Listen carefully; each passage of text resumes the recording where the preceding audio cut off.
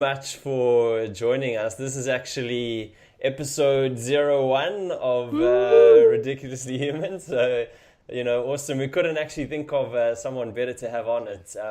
I mean, the cool thing about those cooking workshops is that, we get together a bunch of people and we all cook with protein. So we have food in the middle and we go absolutely nuts. And what's really awesome about it is that oftentimes, I mean, I don't know if it's the case with you guys, but especially early on, it's less common now, but when you cook a certain way, like functional food and healthy food, but it's really good food, but it's unusual food, you're often the weird one. When you studied the socio-linguistics, that's really interesting thing. Like I don't know if I've met anyone that studied that before. And tell me what sort of interested you in getting into that? Well, when I was doing my dissertation for psychology, so you do your 4 years and then you have a Yeah. big project. So I chose to do it in social psychology, and my focus was understanding. It was kind of a selfish project in that it was very introspective. So I wanted to understand how people like me that had grown up in a lot of different cultures identified themselves in terms of culture and identity and nationality and so on.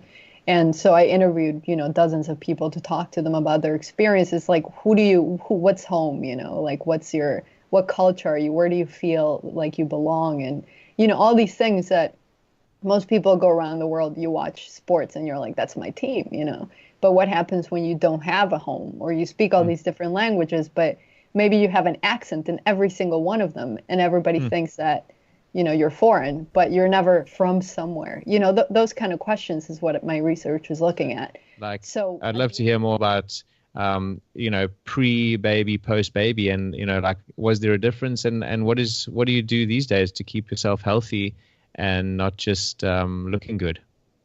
well, I would say that I was into running a lot and weightlifting when I was at university. When I was growing up, I hated exercise.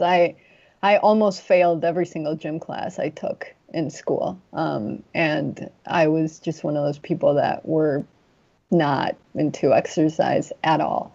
But then I hit university and I feel like I needed a hobby. So I started going to the gym and then talking to my dad more. And then it was kind of like, oh my God, this is really cool. You can feel your progress. You go to the gym one day and you can't lift this weight. And then you go, 2 weeks later and you're like, my body can do this. And it's that sense of constant achievement. I met Jessie online through a friend 'cause she's in Canada. And I started talking to her. I mean, she is, I think, the number one most amazing personal trainer when it comes to pre and postnatal fitness. And she's always been a really big advocate of, kind of training for birth as you do a marathon in the sense of preparing your body and being strong throughout it and feeling empowered and, not limited in any way.